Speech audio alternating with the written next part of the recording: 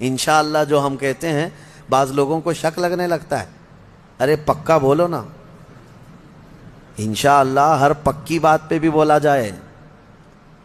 ہاں یہاں ہمارے ہاں اس طرح کا رواج ہے، شروع میں ایسا تھا، ہم جو ہے مصر میں بس جا رہی تھی ہمارے جہاں جانا ہے کالج کلیہ پہ، نمبر بھی وہی ہے بس کا، لیکن شک ہو رہا تھا، تو بس کے ڈرائیور سے ہم نے پوچھا کہ یہ کلیہ جائے گی، مدینہ نصر جائے گی؟ اس نے کہا انشاءاللہ، تو منہ دیکھتے کھڑے رہ گئے۔ پھر سے اس سے پوچھا کہ جائے گی وہاں پہ جائے گی؟ اس نے کہا انشاءاللہ، بیٹھو۔ یہ انشاءاللہ وہ یقین کے لیے بول رہے ہیں، لیکن جو کھڑے ہیں ان کو ایسا لگ رہا ہے پتہ نہیں یہ پکا ہے بھی کہ نہیں ہے۔ نعوذ باللہ، یہاں لوگوں نے بھی جو ہے اس طرح سے بنا لیا ہے کہ اگر ان کو ایسا لگتا ہے کہ ڈاواں ڈول ہے تو ہم یہ بول کے نکل جائیں۔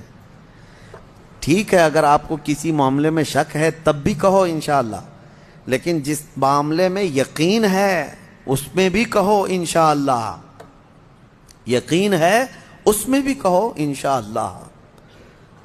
اب آپ کو اس مجلس میں بیٹھے ہیں، آپ گھر جانا ہے نا آپ سب کو، جبکہ پکا معلوم ہے ابھی اٹھیں گے، اب جائیں گے اب سب لوگ، لیکن آپ کو کہنا کیا چاہیے؟ انشاءاللہ۔ اگر اللہ چاہے تو میں جاؤں گا، ورنہ ہمیں پتہ نہیں، دروازے کے باہر نکلنے سے پہلے بھی موت آ سکتی۔ انشاءاللہ کی عادت ہو، اور اللہ نے اپنے رسول کو تنبیہ فرمائی ہے کہ آپ ایسا نہ کہیں کہ کل میں بتا دوں گا، بلکہ یوں کہیں کہ اگر اللہ چاہے تو، اگر اللہ چاہے تو۔ یہاں لوگوں میں یہ رواج قائم ہو، ہر ایک آدمی یقین والے معاملے میں بھی کیا کہے؟ انشاءاللہ، اللہ تعالیٰ چاہے تو میں ہی کروں گا۔ ہمارے استاد ایک کہتے تھے، ایک آدمی گھوڑا خریدنے کے لیے آیا، پیسے تھے اس کے پاس 50,000 روپے، امام صاحب کے پاس آیا، کہا کہاں جا رہے ہو؟ کہا گھوڑا خریدنے جا رہا ہوں۔ تو حضرت نے پوچھا کب؟ آج ہی خریدو گے؟ کہا اب بھی خرید کے لا رہا ہوں۔ امام صاحب نے، حضرت نے کہا بیٹا انشاءاللہ بولو۔ کہا انشاءاللہ انشاءاللہ کچھ نہیں، ابھی جا رہا ہوں مارکیٹ میں، دیکھو پیسہ بھی ہے، لے کے یہاں آؤں گا۔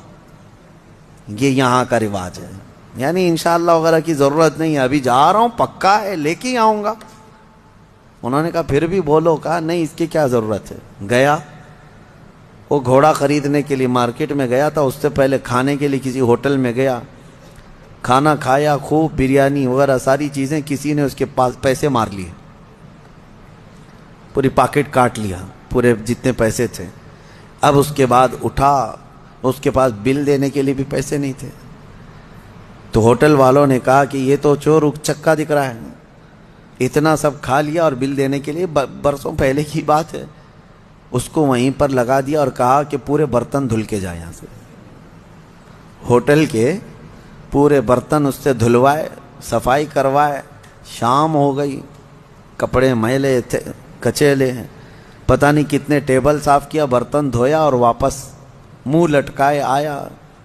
حضرت بیچ میں مل گئے امام صاحب، کہا کہاں ہے گھوڑا؟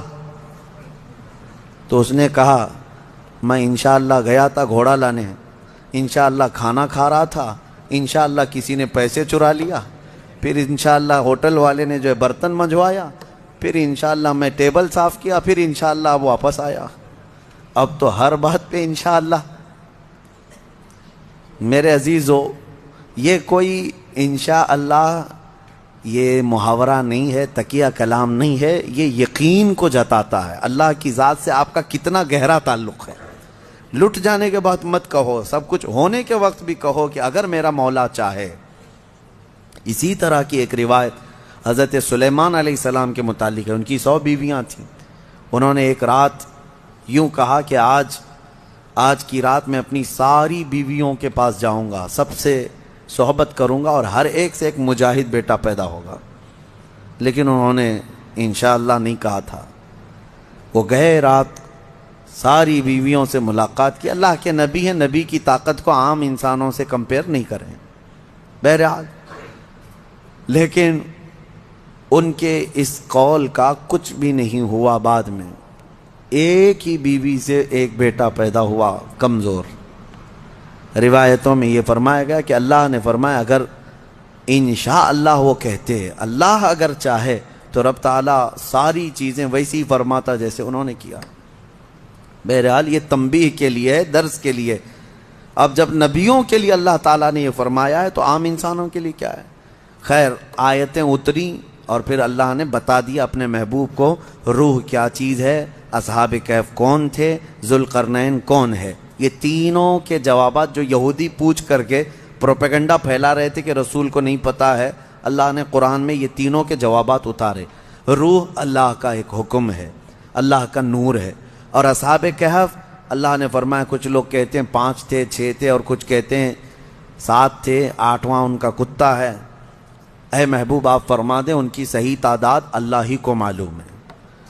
7 لوگ تھے نوجوان، اور ذوالقرنین ان کے بارے میں پھر میں بتاؤں گا۔ اصحاب کہف کے بارے میں مختصر سی بات بتا دیتا ہوں۔ ایک بادشاہ تھا دقیانوس، وہ بادشاہ مرتد اس طرح کہ وہ آخرت کا بھی انکار کر رہا تھا اور وہ اپنا ایک الگ دھرم چلا رہا تھا۔ عیسیٰ علیہ السلام کا دین پرانا ہو گیا، یعنی عیسیٰ علیہ السلام کے دین میں ہی یہ چیزیں ہو رہی تھی، تو وہ اس زمانے میں سب لوگ بت پرستی میں اور خدا کے انکار میں مبتلا تھے۔ تو 6-7 لوگ ایسے تھے جو بادشاہ کے سپاہیوں میں تھے یا وزیروں میں تھے یا الگ الگ تھے۔ یہ لوگ پوشیدہ طور پر اللہ ہی کی ذات پر یقین رکھتے تھے، ایمان رکھتے تھے، لیکن یہ ظاہر نہیں کر رہے تھے کہ ان کے بادشاہ مار ڈالے گا۔ لیکن کب تک اس طرح چھپ کر کے رہیں؟ تو یہ 7 لوگ یا 8 لوگ جتنی ان کی تعداد تھی، ایک جگہ یہ لوگ مل لیا اور کہا کہ ہم یہ شہر چھوڑ کر بادشاہ کی سلطنت سے دور چلے جاتے ہیں تاکہ ہمیں ہمارے دین پر آسانی سے عمل کا موقع ملے۔ وہ سب بادشاہ کو چھوڑ کر کے اچانک ایک دن رات کو طے کر کے نکلے۔ راستے میں ایک کتا ان کے ساتھ ہو گیا۔ انہوں نے کتے کو کہا کہ یہ کتا کہیں بھوکے گا تو ہم کو پکڑوا دے گا، اس کو چھوڑ دو۔ تو کتے نے فصیح زبان میں کہنا شروع کیا کہ میں بھونک کر پکڑوانے کے لیے نہیں بلکہ میں تمہاری حفاظت کے لیے ساتھ چل رہا ہوں۔ اللہ نے اسے زبان دی، یہ واقعہ موجود